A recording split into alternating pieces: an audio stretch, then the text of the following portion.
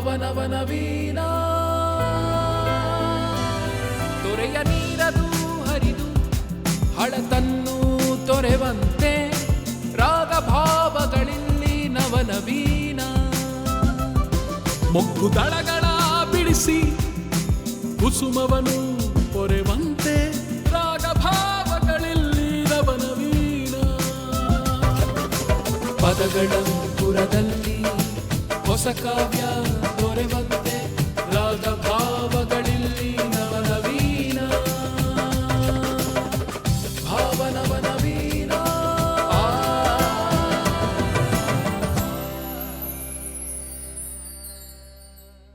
ದೂರದರ್ಶನದ ಸಹೃದಯ ಪ್ರೇಕ್ಷಕರಿಗೆ ಭಾವನವನವೀನ ಕಾರ್ಯಕ್ರಮಕ್ಕೆ ಸ್ವಾಗತ ಸುಸ್ವಾಗತ. ಎಲ್ಲರಿಗೂ ನಮಸ್ಕಾರ. ನನ್ನ ಹೆಸರು ಪ್ರದೀಪ್. ನಮಸ್ಕಾರ, ನಾನು ಪ್ರವೀಣ್. ಮಾತು ಮಧುರ, ಗೀತೆ ಸುಮಧುರ, ಸುಮಧುರ ಸಾಲುಗಳ ಸರಮಾಲೆಗೆ ಭಾವಗೀತೆ. ಸಾಟಿ ಇಲ್ಲ ಗೀತೆಗೆ, ಜಯ ಕನ್ನಡ ಮಾತೆಗೆ, ಕವಿಯ ಕಾವ್ಯ ಗಾನ, ಸರಿಗಮ ಪದ ಯಾನ. ಅಂತ ಒಂದು ಸರಿಗಮ ಪದದ ಯಾನಕ್ಕೆ ನಾವು ನಿಮ್ಮನ್ನ ಕರೆದುಕೊಂಡು ಹೋಗ್ತಾ ಇದ್ದೇವೆ. ಈ ಸಾಲುಗಳು ಬೇರೆ ಯಾರದ್ದೂ ಅಲ್ಲ, ನಮ್ಮ ಜನಪ್ರೀತಿಯ ಕವಿಗಳಾದ ಡಾಕ್ಟರ್ HS ವೆಂಕಟೇಶ್ ಮೂರ್ತಿ ಅವರೇ ಬರೆದಂತ ಹಾಡುಗಳನ್ನ ಇವತ್ತು ನಿಮ್ಮ ಮುಂದೆ ಪ್ರಸ್ತುತಪಡಿಸ್ತಾ ಇದ್ದೀವಿ.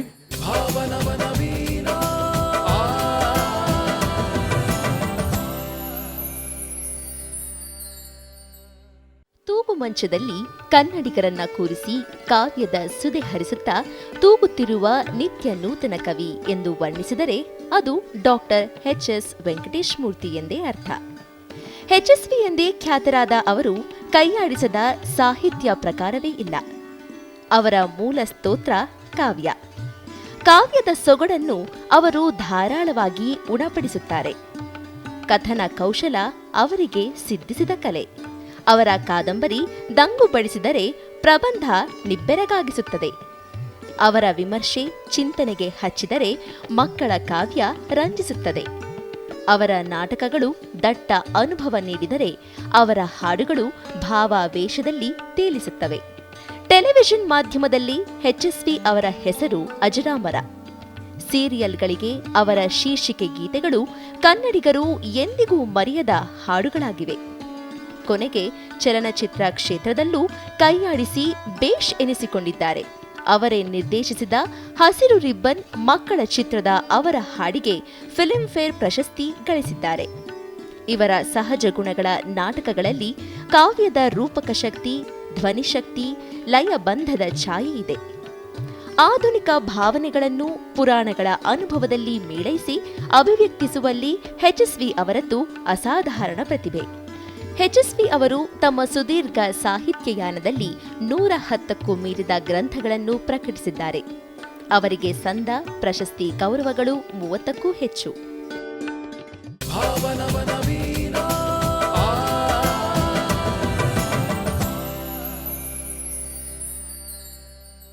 ಕಾರ್ಯಕ್ರಮ ಶುರು ಮಾಡೋದಕ್ಕಿಂತ ಮುಂಚೆ ನಮ್ಮ ವಾದ್ಯವೃಂದದ ಪರಿಚಯನ ನಾವು ಮಾಡಿಕೊಡ್ಲೇಬೇಕಾಗತ್ತೆ.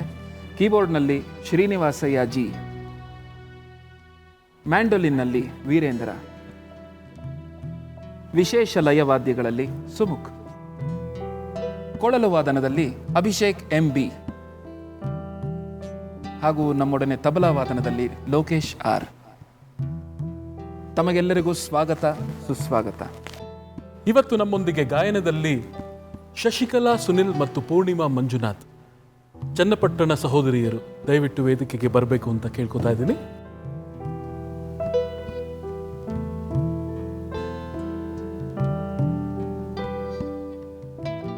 ಕಾರ್ಯಕ್ರಮಕ್ಕೆ ಇಬ್ಬರಿಗೂ ಸ್ವಾಗತ. ಮತ್ತೆ ಮೊದಲ ಗೀತೆಗೆ ಹೋಗೋಣ. ಯಾವುದು? ರೆಕ್ಕೆ ಇದ್ದರೆ ಸಾಕೆ. ಚಿನ್ನಾರಿ ಮುತ್ತ ಚಿತ್ರದ ಹೆಸರು ನೀವೆಲ್ಲ ಕೇಳೇ ಇರ್ತೀರ. ಚಿನ್ನಾರಿ ಮುತ್ತ ಚಿತ್ರದ ಕತೆ, ಸಂಭಾಷಣೆ ಮತ್ತು ಚಿತ್ರಕಥೆ, ಗೀತರಚನೆ ಇದೆಲ್ಲ ಬರೆದಿರೋದು ಡಾಕ್ಟರ್ HSVನೇ. ಒಂದು ವಿಶೇಷವಾಗಿರುವಂಥ ವಿಷಯ ಏನಪ್ಪ ಅಂದರೆ ಇಷ್ಟನ್ನು ಒಂದು ರಾತ್ರಿಯಲ್ಲಿ ಮುಗಿಸಿದ್ದಾರೆ. ಈ ಚಿತ್ರ ಬಿಡುಗಡೆ ಆದ ಮೇಲೆ ಸಪ್ನಾ ಚಿತ್ರಮಂದಿರದಲ್ಲಿ 25 ವಾರಗಳು ಓಡಿದೆ. ಬನ್ನಿ ಕೇಳೋಣ ರೆಕ್ಕೆ ಇದ್ದರೆ ಸಾಕೆ, ಶಶಿಕಲಾ ಸುನಿಲ್ ಹಾಗೂ ಪೂರ್ಣಿಮಾ ಮಂಜುನಾಥ್ ಅವರ ಧ್ವನಿಯಲ್ಲಿ. ಅವರಿಗೆ ವೇದಿಕೆಯನ್ನು ತೆರವು ಮಾಡಿಕೊಳ್ಳೋಣ.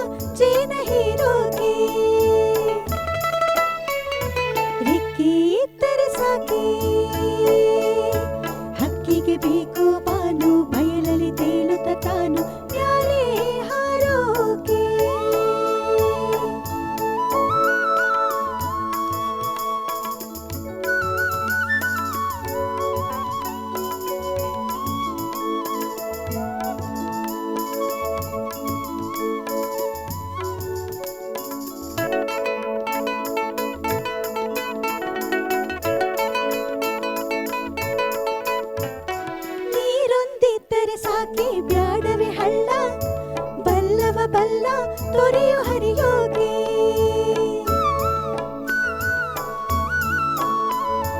ಮೋಡ ಇದ್ದರೆ ಸಾಕೆ ಬ್ಯಾಡವಿ ಭೂಮಿ, ಹೇಳಿ ಸ್ವಾಮಿ ಮಳೆಯು ಸುರಿಯೋಗೆ. ರೆಕ್ಕೆ ಇದ್ದರೆ ಸಾಕೆ ಹಕ್ಕಿಗೆ ಬೇಕು ಬಾನು, ಬಯಲಲ್ಲಿ ತೇಲುತ್ತ ತಾನು ಮ್ಯಾಲೆ ಹಾರೋಕೆ.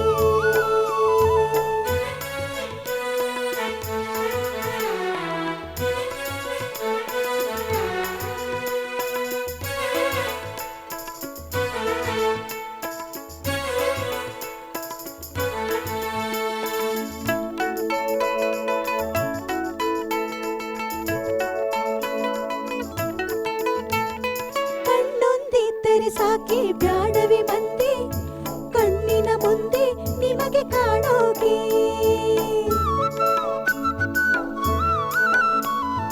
ಕೊರಳೊಂದಿದ್ದರೆ ಸಾಕೆ ಬ್ಯಾಡವಿ ಹಾಡು, ಎಲ್ಲರ ಜೋಡಿ ಕೂಡಿ ಹಾಡೋಗೆ. ರೆಕ್ಕೆ ಇದ್ದರೆ ಸಾಕೆ ಹಕ್ಕಿಗೆ ಬೇಕು ಬಾನು, ಬಯಲಲ್ಲಿ ತೇಲುತ್ತ ತಾನು ಮ್ಯಾಲೆ ಹಾರೋಗೆ. ಕಾಲೊಂದಿದ್ದರೆ ಸಾಕೆ ಜಿಗರಿಗೆ ಬೇಕು ಕಾನು, ಗಾಳಿಯ ಮೇಲೆ ತಾನು ಜಿಗಿದು ಆಡೋಕೆ. ರೆಕ್ಕೆ ಇದ್ದರೆ ಸಾಕೆ, ರೆಕ್ಕೆ ಇದ್ದರೆ ಸಾಕೆ, ರೆಕ್ಕೆ ಇದ್ದರೆ ಸಾಕೆ, ರೆಕ್ಕೆ ಇದ್ದರೆ ಸಾಕೆ ಹಕ್ಕಿಗೆ ಬೇಕು ಬಾನು, ಬಯಲಲ್ಲಿ. ಡಾಕ್ಟರ್ ಸಿ ಅಶ್ವಥ್ ಅವರ ಸ್ವರ ಸಂಯೋಜನೆಯಲ್ಲಿ ಮೂಡಿಬಂದ ಈ ಗೀತೆಯನ್ನು ಬಹಳ ಸುಮಧುರವಾಗಿ ಹಾಡಿದ್ದೀರಾ. ನಿಮಗೆ ಧನ್ಯವಾದಗಳು. ಧನ್ಯವಾದಗಳು.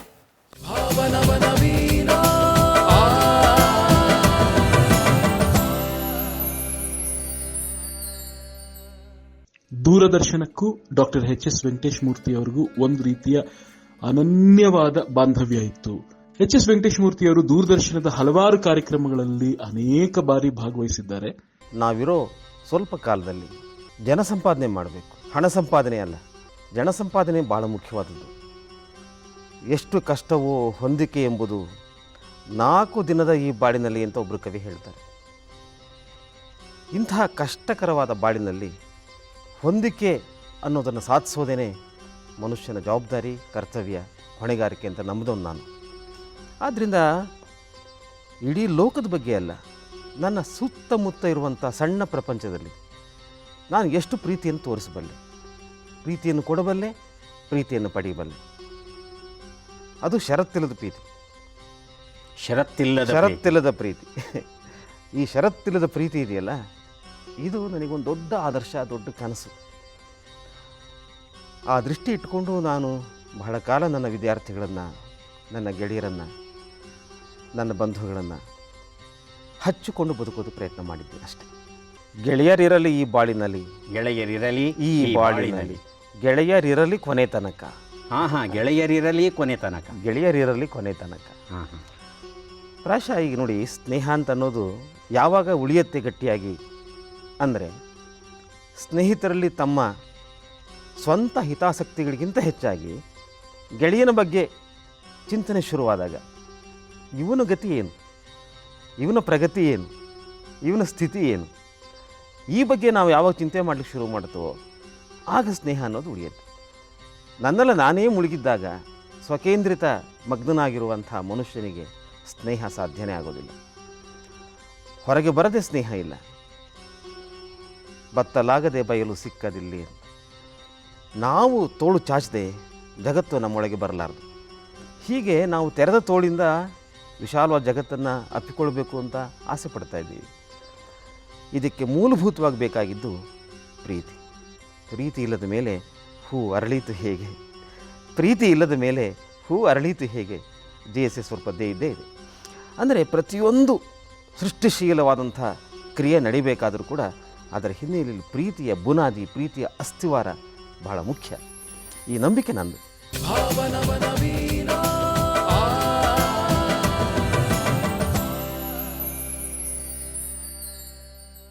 ಮುಂದಿನ ಗೀತೆಯತ್ತ ತೆರಳೋಣ. ಲೋಕದ ಕಣ್ಣಿಗೆ ರಾಧೆಯು ಕೂಡ ಎಲ್ಲರಂತೆ ಒಂದು ಹೆಣ್ಣು. ಶ್ರೇಷ್ಠವಾದ ಭಾವಗೀತೆಗಳ ಪಟ್ಟಿ ಅಂತ ಮಾಡಿದ್ರೆ ಈ ಹಾಡು ಒಂದು ಒಳ್ಳೆಯ ಸ್ಥಾನವನ್ನು ಗಳಿಸುತ್ತೆ.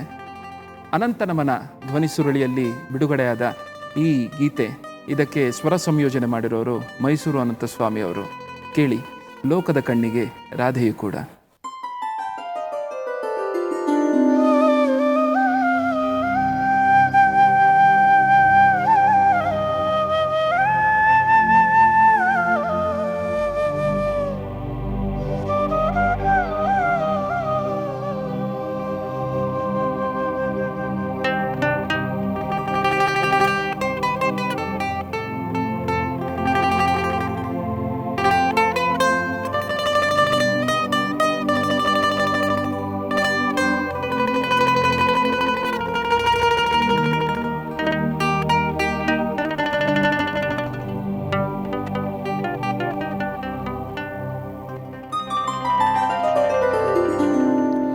ಲೋಕದ ಕಣ್ಣಿಗೆ ರಾಧೆಯು ಕೂಡ ಎಲ್ಲರಂತೆ ಒಂದು ಹೆಣ್ಣು. ನನಗೂ ಆಕೆ ಕೃಷ್ಣನ ತೋರುವ ಪ್ರೀತಿಯು ನೀಡಿದ ಕಣ್ಣು, ಪ್ರೀತಿಯು ನೀಡಿದ ಕಣ್ಣು. ಲೋಕದ ಕಣ್ಣಿಗೆ ರಾಧೆಯು ಕೂಡ ಎಲ್ಲರಂತೆ ಒಂದು ಹೆಣ್ಣು. ನನಗೂ ಆಕೆ ಕೃಷ್ಣನ ತೋರುವ ಪ್ರೀತಿಯು ನೀಡಿದ ಕಣ್ಣು, ಪ್ರೀತಿಯು ನೀಡಿದ ಕಣ್ಣು.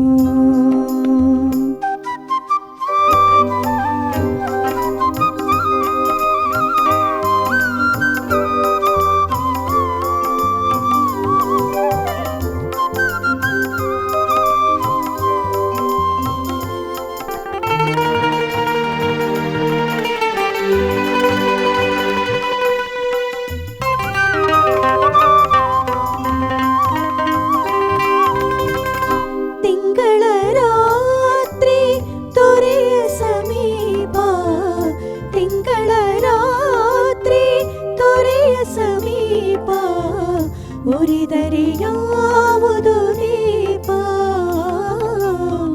ಉರಿದರೆ ಯಾವುದು ದೀಪ. ಯಾರೋ ಮೋಹನ ಯಾವ ರಾಧೆಗೋ, ಯಾರೋ ಮೋಹನ ಯಾವ ರಾಧೆಗೋ ಪಡುತ್ತಿರುವನು ಪರಿತಾಪ, ಪಡುತ್ತಿರುವನು ಪರಿತಾಪ. ಲೋಕದ ಕಣ್ಣಿಗೆ ರಾಧೆಯು ಕೂಡ ಎಲ್ಲರಂತೆ ಒಂದು ಹೆಣ್ಣು.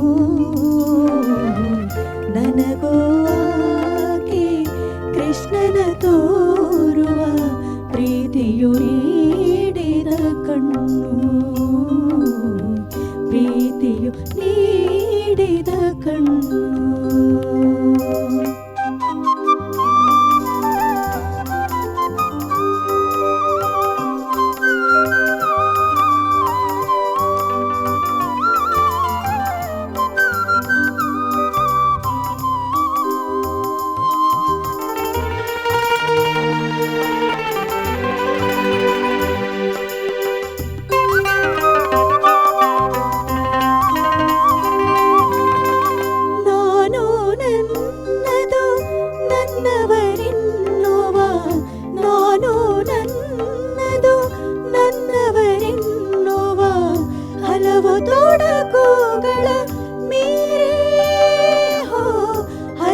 ತೊಡಕುಗಳ ಮೀರಿ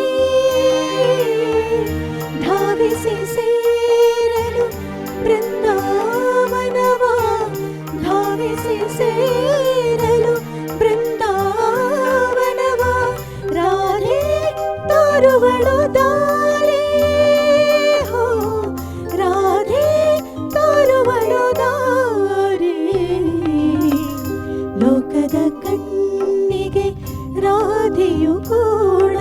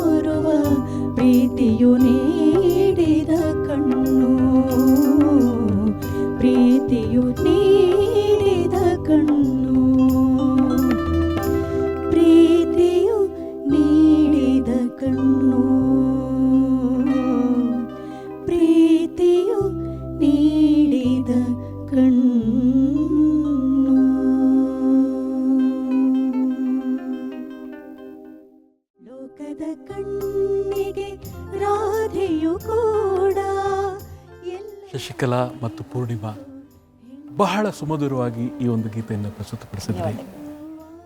HSV ಅವರು ಸಾಕಷ್ಟು ನಿಮ್ಮ ಕಾರ್ಯಕ್ರಮಗಳಲ್ಲಿ ಭಾಗವಹಿಸಿದ್ದಾರೆ. ಹಾಗೆ ನೀವು ಕೂಡ ಅವರೊಂದಿಗೆ ಅನೇಕ ವರ್ಷಗಳ ಕಾಲ ಇಂಟ್ರ್ಯಾಕ್ಟ್ ಮಾಡಿದ್ದೀರಿ. ಒಂದೋ ಎರಡು ಸನ್ನಿವೇಶಗಳನ್ನು ಹೇಳಲಿಕ್ಕೆ ಇಷ್ಟಪಡ್ತೀರಾ? ಖಂಡಿತ ಪ್ರವೀಣಣ್ಣ, ನಮಗೆ ನಾವಿಬ್ಬರು ತುಂಬ ಪುಣ್ಯ ಮಾಡಿದ್ದೀವೇನೋ ಅಂತ ಅನ್ಸುತ್ತೆ. ಎಷ್ಟು ವರ್ಷಗಳ ಕಾಲ, ಆಲ್ಮೋಸ್ಟ್ ನನಗೆ 16-17 ವರ್ಷ ಇದ್ದಾಗ ನಾನು MSIL ನಿತ್ಯೋತ್ಸವ ವಿನ್ ಆಗಿದ್ದು. ಸೊ ಆಗಿಂದ ಕೂಡ ಅವರ ಕಡೆ ದಿನಗಳವರೆಗೂ ಬಹಳಷ್ಟು ಕಾರ್ಯಕ್ರಮಗಳು ಸುಗಮ ಸಂಗೀತ ಪರಿಷತ್ತಿಂದನೇ ಇರ್ಬೋದು, ಬಹಳಷ್ಟು ಬೇರೆ ಬೇರೆ ವೇದಿಕೆಗಳಲ್ಲಿರಬಹುದು. HSV ಸರ್ನ ನಾವು ಬಹಳಷ್ಟು ಹತ್ತಿರದಿಂದ ಮಾತಾಡಿಸ್ತಾ ಇದ್ವಿ. ಅವರು ನಮ್ಮನ್ನು ಬಹಳ ಪ್ರೀತಿಯಿಂದ ಮಾತಾಡಿಸ್ತಾ ಇದ್ರು. ಹಾಗೆ ಅವರ ಹಾಡುಗಳನ್ನ ಅವ್ರ ಮುಂದೆ ಹಾಡೋದು ನಮ್ಮದೊಂದು ಪೂರ್ವಜನ್ಮದ ಸುಕೃತ ಅಂತಲೇ ಹೇಳ್ಬೋದು. ಮತ್ತು ಮತ್ತೊಂದು ವಿಷಯ ನಿಮ್ಮ ಹತ್ರ ಶೇರ್ ಮಾಡಬೇಕು. ಅಷ್ಟು ಮೇರು ಕವಿಯಾಗಿ, ಅಷ್ಟು ವಿದ್ವಾಂಸರಾಗಿ ಅವರು ಒಂದು ಚೂರು ಹಮ್ಮು ಬಿಮ್ಮು ಇಲ್ಲದೆ ನಮ್ಮಂಥ ಪುಟಾಣಿಗಳ ಜೊತೆಲೂ ಕೂಡ ಅಷ್ಟು ಪ್ರೀತಿಯಿಂದ, ಇವತ್ತೇ ಅಲ್ಲ, ನಾವು ಚಿಕ್ಕೋರಿದ್ದಾಗಿಂದನೂ ಅದೇ ಪ್ರೀತಿ ವಿಶ್ವಾಸ. ಮತ್ತು ಅವ್ರ ಹಾಡು ಅವ್ರ ಮುಂದೆ ಹಾಡಿದ್ರೆ ಅವರು ಅಷ್ಟು ಪ್ರೀತಿಯಿಂದ ಖುಷಿಯಾಗಿ ನಮ್ಮನ್ನು ಅಪ್ರಿಷಿಯೇಟ್ ಮಾಡ್ತಾಯಿದ್ರು. ಅದನ್ನು ಅಂತೂ ನಾನು ಯಾವತ್ತೂ ಮರೆಯೋದಿಲ್ಲ. ಮತ್ತು ಅವರ ಮಾತು, ಅವರ ವಿದ್ವತ್ತು, ಅವರ ಪ್ರತಿಯೊಂದು ಮಾತನ್ನು ಬರೆದಿಟ್ಕೋಬೇಕು, ಅಷ್ಟು ಚೆನ್ನಾಗಿ ಅವರ ಮಾತುಗಳಿರ್ತಿತ್ತು. ಸೊ ನಾವು ತುಂಬ ಪುಣ್ಯವಂತರು ಅಂತ ನಾವು ಭಾವಿಸ್ತೀವಿ. ಖಂಡಿತ ನಾವು ಸಾಕಷ್ಟು ಪುಣ್ಯವನ್ನು ಮಾಡಿದ್ದೀವಿ. ಅವರೊಂದಿಗೆ ಸಾಕಷ್ಟು ಒಡನಾಟಗಳನ್ನು ಇಟ್ಕೊಂಡಿದ್ದಂಥ ನಾವೇ ಧನ್ಯ ಅಂತಲೇ ಹೇಳ್ತೀನಿ. ಹಾಗೆ ಮುಂದಿನ ಗೀತೆಗೆ ಹೋಗೋಣ. ಮುಂದಿನ ಗೀತೆ ಏನಪ್ಪ ಅಂದರೆ ದೂರದರ್ಶನ ಕೇಂದ್ರಕ್ಕೆ ಬಹಳ ಹತ್ತಿರವಾದಂಥ ಗೀತೆ. ಅದು ಯಾಕೆ ನಾನು ಹೇಳ್ತೀನಿ ಅಂದರೆ, ನಾವು ಈಗಾಗಲೇ ಭಾವಗೀತೆಗಳ ಬಗ್ಗೆ ಮಾತನಾಡಿದ್ವಿ, ಹೊರಗಡೆ ಕಾರ್ಯಕ್ರಮಗಳ ಬಗ್ಗೆ ಮಾತಾಡಿದ್ವಿ, ಚಲನಚಿತ್ರಗಳ ಬಗ್ಗೆ ಮಾತಾಡಿದ್ವಿ, ನಾಟಕದಲ್ಲಿ ಬರುವಂಥ ಸನ್ನಿವೇಶಗಳನ್ನು ಮಾತಾಡಿದ್ವಿ ಹಿಂದಿನ ಕೆಲವು ಸಂಚಿಕೆಗಳಿಂದ. ಆದರೆ ದೂರದರ್ಶನದಲ್ಲಿ ವಿಶೇಷವಾಗಿ ಗೀತ ಮಾಧುರಿ ಅನ್ನುವಂಥ ಒಂದು ಕಾರ್ಯಕ್ರಮ ಮೂಡಿ ಬರ್ತಾ ಇತ್ತು. ಕನ್ನಡದ ಅನೇಕ ಸುಪ್ರಸಿದ್ಧ ಕವಿಗಳ ಒಂದು ಮಾಲಿಕೆಯನ್ನೇ ದೂರದರ್ಶನ ಪ್ರಸಾರ ಮಾಡಿತ್ತು. ಅದರ ಪ್ರಮುಖ ರೂವಾರಿಗಳಲ್ಲಿ ನಮ್ಮ HSV ಸರ್ ಕೂಡ ಒಬ್ಬರು. ಅವರ ಒಂದು ಅತ್ಯಂತ ಸುಪ್ರಸಿದ್ಧ ಗೀತೆ ಯಾವುದು ಗೊತ್ತಾ? ಹುಚ್ಚು ಕೋಡಿ ಮನಸ್ಸು ಅದು 16ರ ವಯಸ್ಸು. ನಮ್ಮ ಮನೆಗಳಲ್ಲಿ ಬರೀ ದೂರದರ್ಶನ ಒಂದೇ ಒಂದು ಚಾನೆಲ್ ಇದ್ದಂಥ ಕಾಲದಲ್ಲಿ ಎಷ್ಟೋ ಇಂಥ ಗೀತಚಿತ್ರಗಳು ದೂರದರ್ಶನದಿಂದ ಮೂಡಿ ಬಂದಿದ್ವು. ಆ ಒಂದು ಪರಿಕಲ್ಪನೆಗೆ ಧನ್ಯವಾದಗಳು HSV ಸರ್ ನಿಮಗೆ.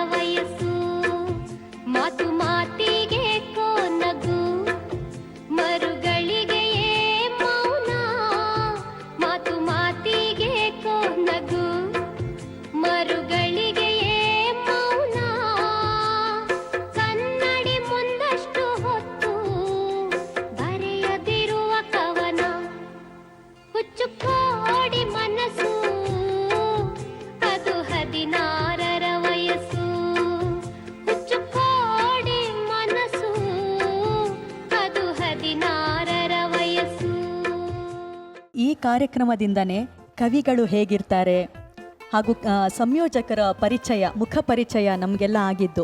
ನಾನಂತೂ ಮೂಲ ಗಾಯಕಿಯರಾದ BR ಛಾಯಾ ಮೇಡಮ್ ಅವರು ಕೂಡ ಕಣ್ಮುಂದೆ ಬರ್ತಾರೆ. ಈ ಒಂದು ಹಾಡು ಇದೇ ವೇದಿಕೆಯಲ್ಲಿ ಅವರು ನಿಂತ್ಕೊಂಡು ಹಾಡ್ತಿದ್ದಂಥ ಗೀತೆ. ನಿಮ್ಮ ಅದೃಷ್ಟ, ನಮ್ಮ ಅದೃಷ್ಟ, ಇವತ್ತು ನೀವಿಬ್ಬರು ಇದನ್ನು ಹಾಡ್ತಿದ್ದೀರಿ. ದಯವಿಟ್ಟು ಈ ಮುಂದಿನ ಗೀತೆಗೆ ತೆರಳೋಣ.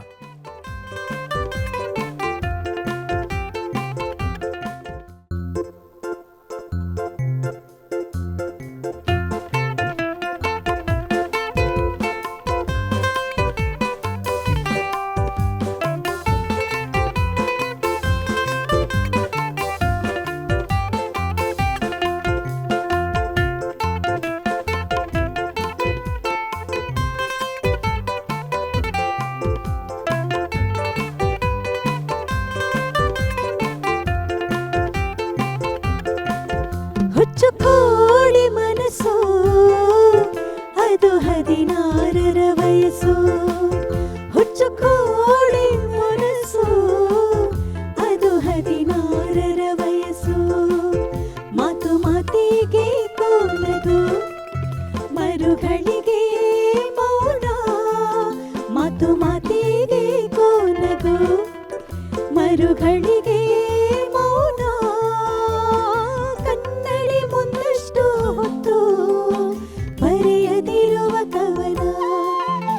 ಹುಚ್ಚು ಕೋಡಿ ಮನಸ್ಸು ಅದು 16ರ ವಯಸ್ಸು.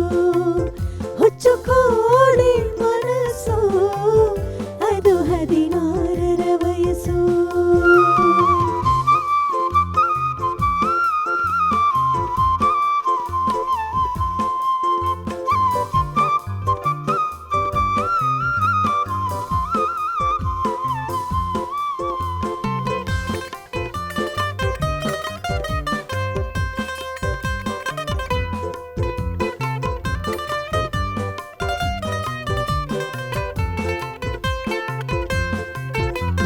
ಸೆರಗು ತೀಡಿದಷ್ಟು ಸುಕ್ಕು ಹಠ ಮಾಡುವ ಕೂದಲು ನಿರೀಕೋ ಸರಿಯಾಗದು ಮತ್ತೆ ಒಳಗೆ ಹೋದಳು.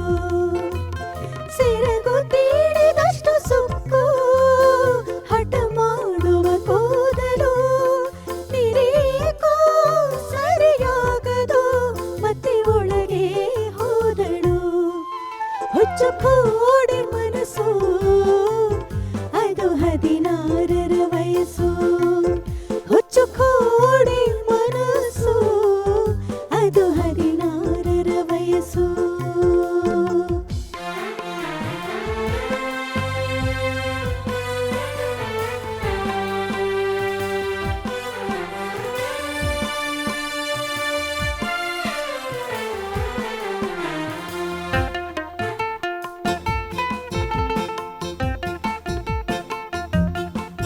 ಕಿನ್ನಿ ಕೊಂಚ ಕೆಂಪಾಯಿತೆ ತೊಟಿಯ ರಂಗು ಹೆಚ್ಚೆ.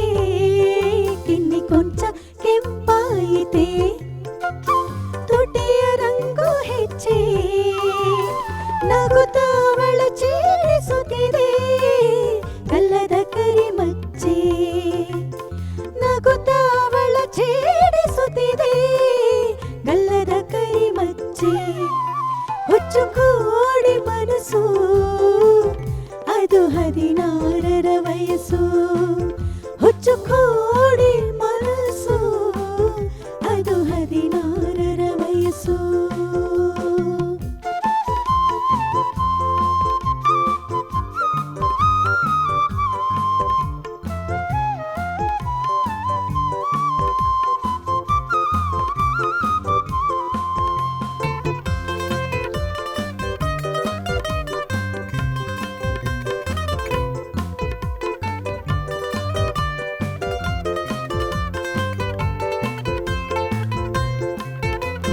ಬರಿ ಹಸಿರು ಬರಿ ಹೂವು ಇದೆಯುಳೆಷ್ಟು ಹೆಸರು. ಯಾವ ಮದುವೆ ದೀಪಣವೋ ಸುಮ್ಮರಿ ನಿಟ್ಟುಸಿರು. ಬರಿ ಹಸಿರು ಬರಿ ಹೂವು ಇದೆಯುಳೆಷ್ಟು ಹೆಸರು. ಯಾವ ಮದುವೆ ದೀಪಣವೋ ಸುಮ್ಮರಿ ನಿಟ್ಟುಸಿರು. ಹುಚ್ಚು ಕೋಡಿ ಮನಸ್ಸು ಅದು 16ರ ವಯಸ್ಸು. ಹುಚ್ಚು ಕೋಡಿ ಮನಸ್ಸು ಅದು 16ರ ವಯಸ್ಸು. ಮಾತು ಮಾತಿಗೆ ಕೋನಗು ಮರುಗಳಿಗೆ ಮೌನ. ಮಾತು ಮಾತಿಗೆ ಕೋನಗು ಮರುಗಳಿಗೆ ಮೌನ. ಕನ್ನಡಿ ಮುಂದಷ್ಟು ಹೊತ್ತು ಬರೆಯದಿರುವ ಕವನ. ಹುಚ್ಚು ಕೋಡಿ ಮನಸ್ಸು ಅದು 16ರ ವಯಸ್ಸು. ಹುಚ್ಚು ಕೋಡಿ ಮನಸ್ಸು ಅದು 16ರ ವಯಸ್ಸು. ಅದು 16ರ ವಯಸ್ಸು. ಅದು 16ರ ವಯಸ್ಸು. ಹುಚ್ಚು ಕೋಡಿ ಮನಸ್ಸು ಅದು 16ರ ವಯಸ್ಸು. ಒಳ್ಳೆಯ ಪ್ರಸ್ತುತಿ, ಬಹಳ ಚೆನ್ನಾಗಿ ಹಾಡಿದ್ರಿ. ಡಾಕ್ಟರ್ ಸಿ ಅಶ್ವಥ್ ಅವರ ರಾಗ ಸಂಯೋಜನೆಯ ಹಾಡು. ಇನ್ಫ್ಯಾಕ್ಟ್ ಹಾಡೋದಕ್ಕೆ ಬೇರೆ ಬೇರೆ ರೀತಿ ಪ್ರಯತ್ನಗಳು ಮಾಡಬೇಕಾಗತ್ತೆ. ಮತ್ತೊಂದು ವಿಷಯ, ಈ ಹಾಡು ಸಾಹಿತ್ಯಿಕವಾಗಿ ಹೆಣ್ಮಕ್ಳಿಗೆ ತುಂಬ ಇಷ್ಟ ಆಗುತ್ತೆ. ಯಾಕೆಂದರೆ ನಾವೆಲ್ಲರೂ ಈ ಫೇಸ್ನ ದಾಟ್ಕೊಂಡೇ ಬಂದಿರ್ತೀವಿ. ಸೊ ಹಾಗಾಗಿ ತುಂಬ ಇಷ್ಟವಾದ ಹಾಡು ಇದು. ಹೌದು.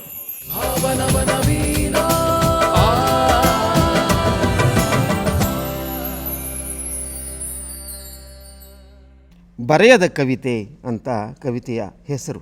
ಬರೆದ ಕವಿತೆಗಿಂತ ಬರೆಯದ ಕವಿತೆ ಬಲು ಚೆಲುವು. ಬರೆದ ಕವಿತೆಗಿಂತ ಬರೆಯದ ಕವಿತೆ ಬಲು ಚೆಲುವು. ಈ ಬಗ್ಗೆ ಒಂದೇ ಕಾಣಿರಿ ಎಲ್ಲ ಬಲ್ಲವರ ನಿಲುವು. ಈ ಬಗ್ಗೆ ಒಂದೇ ಕಾಣಿರಿ ಎಲ್ಲ ಬಲ್ಲವರ ನಿಲುವು. ಬರೆದ ಕವಿತೆಗಿಂತ ಬರೆಯದ ಕವಿತೆ ಬಲು ಚೆಲುವು. ಅಪಾರ ಅದರ ಸಾಧ್ಯತೆ, ಅಪಾರ ಅದರ ಸಾಧ್ಯತೆ, ಅಪೂರ್ವ ಅದರ ಸ್ವರೂಪ, ವಿಸ್ತಾರ ಅನಂತ, ದರ್ಶನ ಅನೂಹ್ಯ, ವ್ಯಾಪ್ತಿ ಅಸೀಮ. ಬರೆದ ಕವಿತೆಗಿಂತ ಬರೆಯದ ಕವಿತೆ ಬಲು ಚೆಲುವು. ಹೀಗಾಗಿ ಬರೆದ ಕವಿತೆಯ ಕವಿಗಿಂತ ಬರೆಯದ ಕವಿ ಅದ್ಭುತ ಪ್ರತಿಭಾಶಾಲಿ. ಹೀಗಾಗಿ ಬರೆದ ಕವಿತೆಯ ಕವಿಗಿಂತ ಬರೆಯದ ಕವಿ ಅದ್ಭುತ ಪ್ರತಿಭಾಶಾಲಿ. ಮೊನ್ನೆ ಆತನ ನೂತನ ಪುಸ್ತಕದ ಬಿಡುಗಡೆ. ಮುದ್ದಾದ ನಿರ್ಮುದ್ರಿತ ಪ್ರತಿ. ನಿಜಕ್ಕೂ ಅಪ್ರತಿಮ.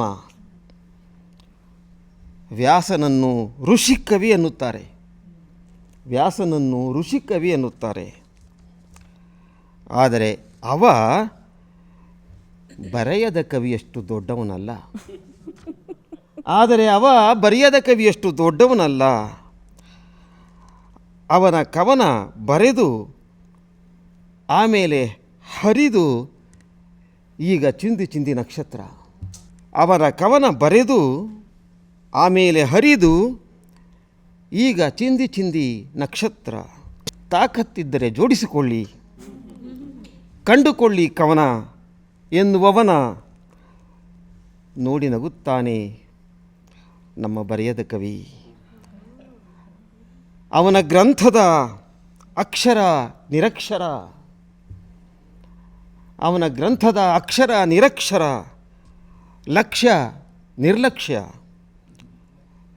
ಲಯ ಮೌನ ದುಯ್ಯಾಲೆ, ಲಯ ಮೌನ ದುಯ್ಯಾಲೆ, ಬಂಧ ಅನಿರ್ಬಂಧ, ಆಕಾರ ನಿರಾಕಾರ, ಆಕಾಶದತ್ತತ್ತ ಅವನ ಸಿರಿಮುಡಿ, ಪಾತಾಳದತ್ತತ್ತ ಅವನ ಶ್ರೀಪಾದ, ಅವನ ಶ್ರೀಪಾದ.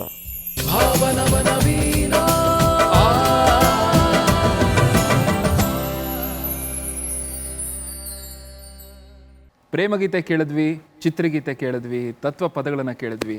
ಬನ್ನಿ ಈಗ ಜೋಗುಳ ಕೇಳೋಣ. ಅದು ಕೃಷ್ಣನಿಗಾಗಿ ಮಾಡಿರುವಂಥ ಜೋಗುಳ. ಹಾಡೋದು ಯಾರು? ತನ್ನ ತಾಯಿ ಯಶೋದೆ. ಯಶೋದೆ ಕೃಷ್ಣನನ್ನು ಮಲಗಿಸ್ಬೇಕಾದ್ರೆ ನಡೆಯುವಂಥ ಒಂದು ಪುಟ್ಟ ಪ್ರಸಂಗವನ್ನು ಜೋಗುಳದ ರೀತಿಯಲ್ಲಿ ಬರೆದಿದ್ದಾರೆ. ಹಾಗೂ ಮೈಸೂರು ಅನಂತಸ್ವಾಮಿಯವರು ಅದನ್ನು ಸಂಯೋಜಿಸಿದ್ದಾರೆ. ಸೂರದಾಸರ ಹಲವಾರು ಗೀತೆಯನ್ನು HSV ಅವರು ಅನುವಾದ ಮಾಡಿದ್ದಾರೆ. ಅದರಲ್ಲಿ ಒಂದು ಶ್ರೇಷ್ಠವಾದ ಗೀತೆ ಅಮ್ಮ ಯಶೋದೆ. ಕೇಳಿ ಶಶಿಕಲಾ ಮತ್ತು ಪೂರ್ಣಿಮಾ ಅವರ ಧ್ವನಿಯಲ್ಲಿ.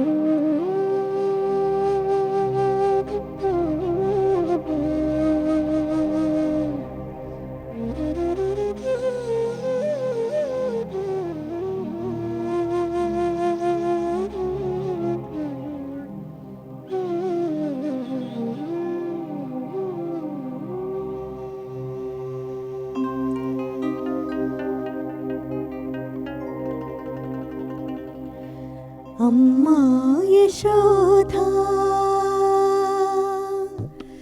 ಅಮ್ಮ ಯಶೋಧ ತೂಗುತ್ತ ಜೋಲಿ ಕಂದ ಮುಕುಂದಗೆ ಹಾಡಿದಳು ಲಾಲಿ. ಅಮ್ಮ ಯಶೋಧ ತೂಗುತ್ತ ಜೋಲಿ ಕಂದ ಮುಕುಂದಗೆ ಹಾಡಿದಳು ಲಾಲಿ. ಕಂದ ಮುಕುಂದಗೆ ಹಾಡಿದಳು ಲಾಲಿ. ಜೋ ಜೋ ಜೋ ಜೋ ಜೋ ಜೋ ಜೋ ಜೋ.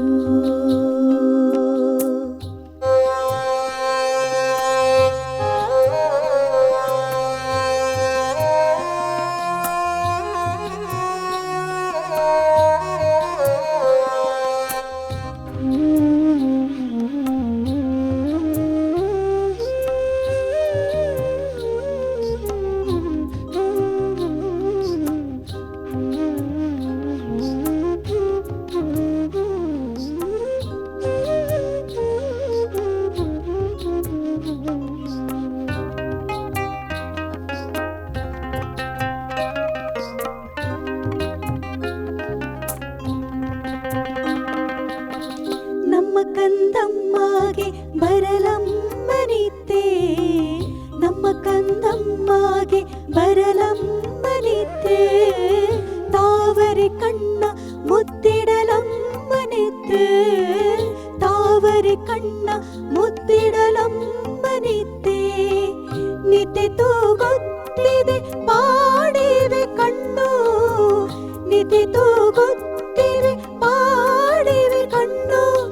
ಅಲುಗಿದೆ ಕಿಂದುಟೆ ನಿದ್ದೆ ಬಂತಿನ್ನು, ಅಲುಗಿದೆ ಕಿಂದುಟೆ ನಿದ್ದೆ ಬಂತಿನ್ನು. ಅಮ್ಮ ಯಶೋಧ ತೂಗುತ್ತ ಜೋಲಿ ಕಂದ ಮುಕುಂದಗೆ ಹಾಡಿದಳು ಲಾಲಿ. ಕಂದ ಮುಕುಂದಗೆ ಹಾಡಿದಳು ಲಾಲಿ. ಜೋ ಜೋ ಜೋ ಜೋ ಜೋ ಜೋ ಜೋ ಜೋ.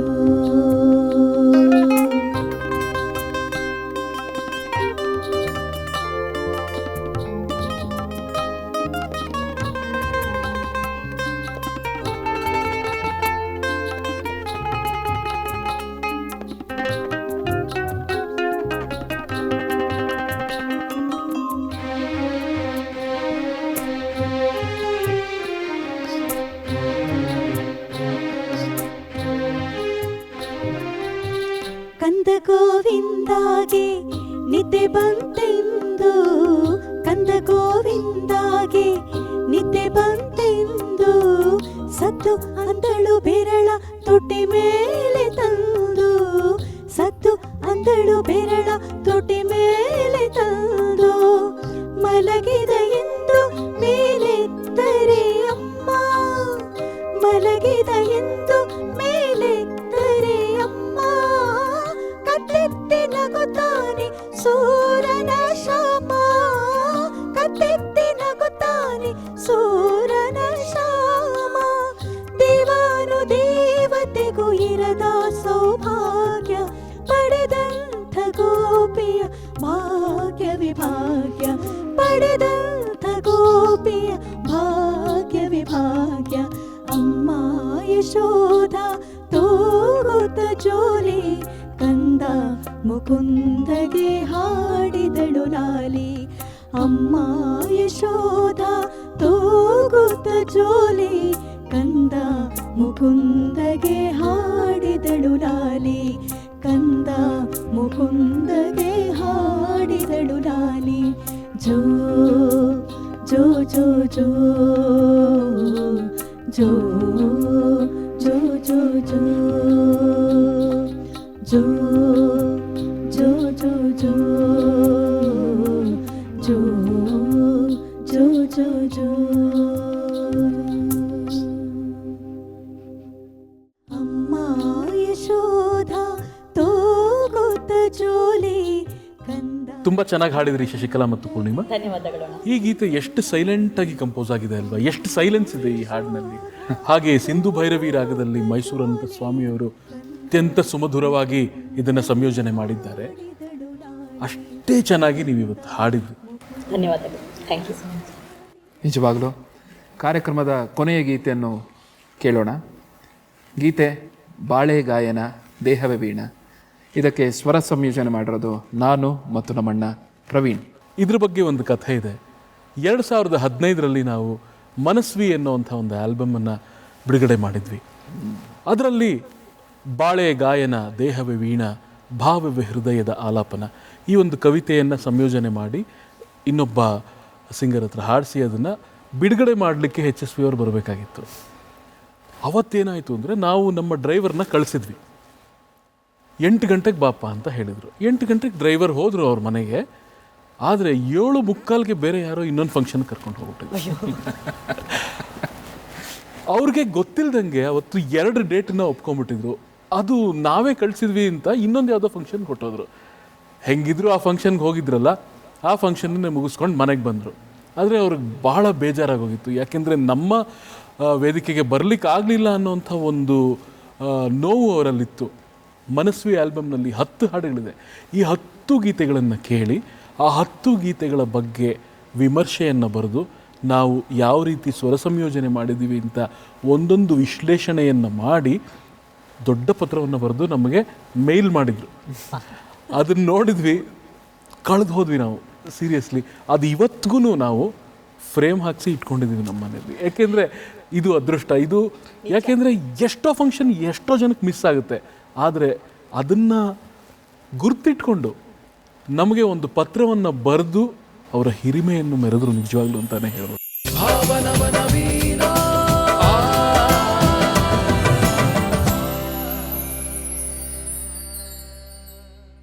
ಪದ್ಯರೂಪಿ ಕವಿತೆಗಳು ಕಾವ್ಯವಾಗದೇ ಹೋಗಬಹುದು. ಗದ್ಯ ಶರೀರಿ ಬರೆಹಗಳು ಅನೇಕ ಸಾರಿ ಕವಿತೆಯ ಬೆಳಕನ್ನು ತಮ್ಮ ಅಂತರಂಗದಿಂದ ಹೊರಕ್ಕೆ ಚೆಲ್ಲಬಹುದು. ಅದರಿಂದ ನಾವು ಕೊನೆ ತೀರ್ಮಾನ ಮಾಡಲಿಕ್ಕೆ ಕಷ್ಟ ಅಂತ ನನಗೆ ಅನಿಸುತ್ತೆ. ಕವಿತೆ ಹೀಗೆ ಇರಬೇಕು ಅನ್ನುವ ವಿಧಾಯಕ ಮಾತನ್ನು ನಾವು ಹೇಳೋದು ಅಹಂಕಾರದ ಮಾತಾಗುತ್ತೆ. ಪ್ರತಿಯೊಂದು ಕವಿತೆಯು ಒಂದು ಹೊಸ ಸಾಧ್ಯತೆ ಅಂತಲೇ ನನಗೆ ಯಾವಾಗಲೂ ಅನ್ನಿಸ್ತಾ ಇರುತ್ತೆ.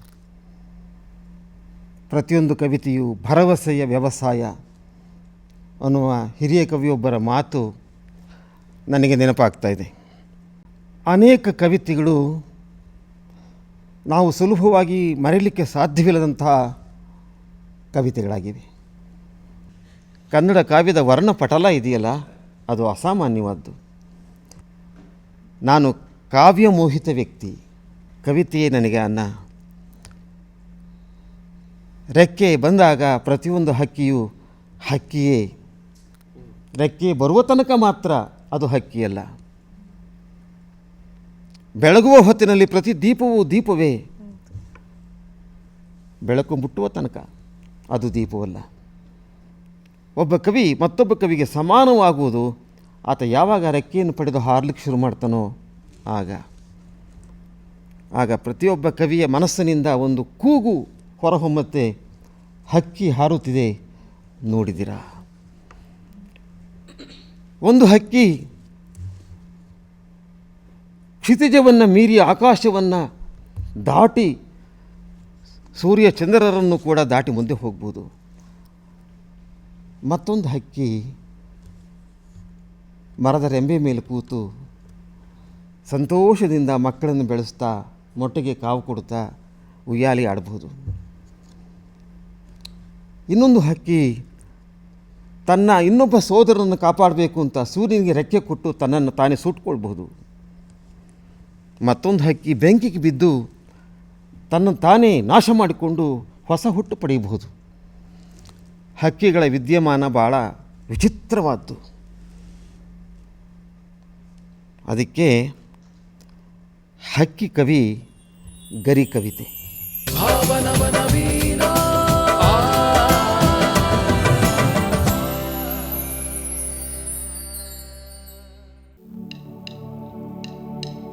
ಬಾಳೆ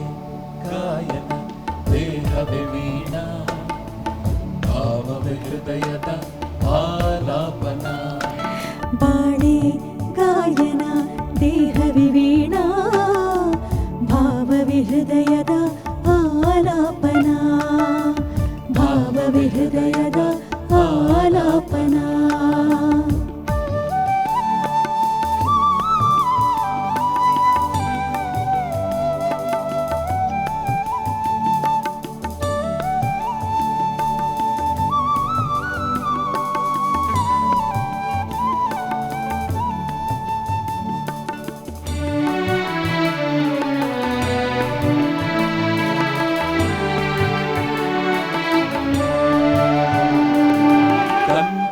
ಅಳುವೆ ಪೊರೆಯುವ ತಾಯಿಗೆ ವಾತ್ಸಲ್ಯದ ಅನುಸಂಧಾನ.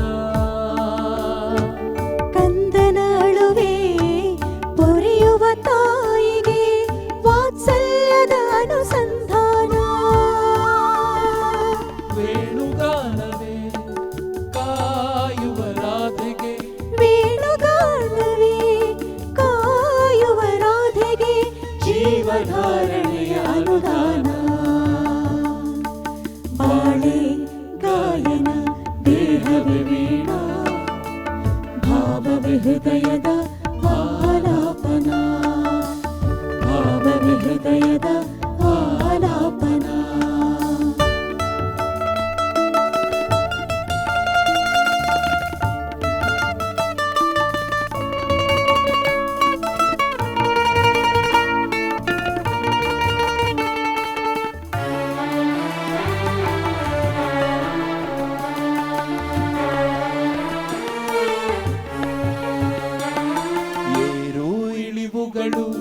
ಸುತ್ತು ಸುಳಿಗಳು ರುದ್ರ ಭೀಕರ ಜಲಪಾತ.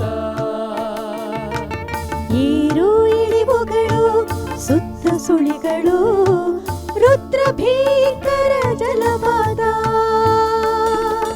ಹರಿಯುವುದೇ ಗುರಿ ಏನಾದರೂ ಸರಿ ಹರಿಯುವುದೇ ಗುರಿ ಏನಾದರೂ ಸರಿ ಮಿಡಿಯುತ್ತಿರಲಿ ಶ್ರುತಿ ಅನವರತ.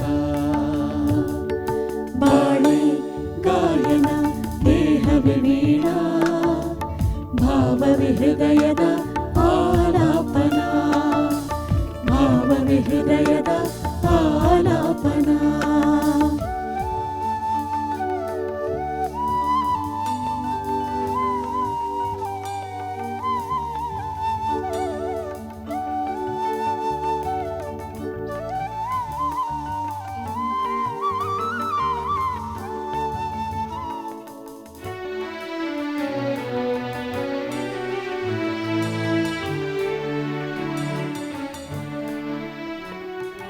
ಕಡಲ ಕೂಡಿದರು ಕಡೆವರೆಗಿರಲಿ ಹರಿಗಡಿಯದೆ ನದಿಗಳ ಗಮನ. ಕಡಲ ಕೂಡಿದರು ಕಡೆವರೆಗಿರಲಿ ಹರಿಗಡಿಯದೆ ನದಿಗಳ ಗಮನ. ಹಾಡು ಮುಗಿದರು ಉಳಿಯಲಿ ಕೊನೆಗೆ ಹಾಡು ಮುಗಿದರು ಉಳಿಯಲಿ ಕೊನೆಗೆ ಮುಗಿಯದ ಹಾಡಿನ ಅನುರಣನ. ಬಾಳೆ ಗಾಯನ ದೇಹವೇ ವೀಣಾ ಭಾವವಿ ಹೃದಯದ ಆಲಾಪನ ಬಾಳೆ ಗಾಯನ ದೇಹವೇ ವೀಣಾ ಭಾವವಿ ಹೃದಯದ ಆಲಾಪನ ಭಾವವಿ ಹೃದಯದ ಆಲಾಪನ. ಭಾವನವನ ವೀಣಾ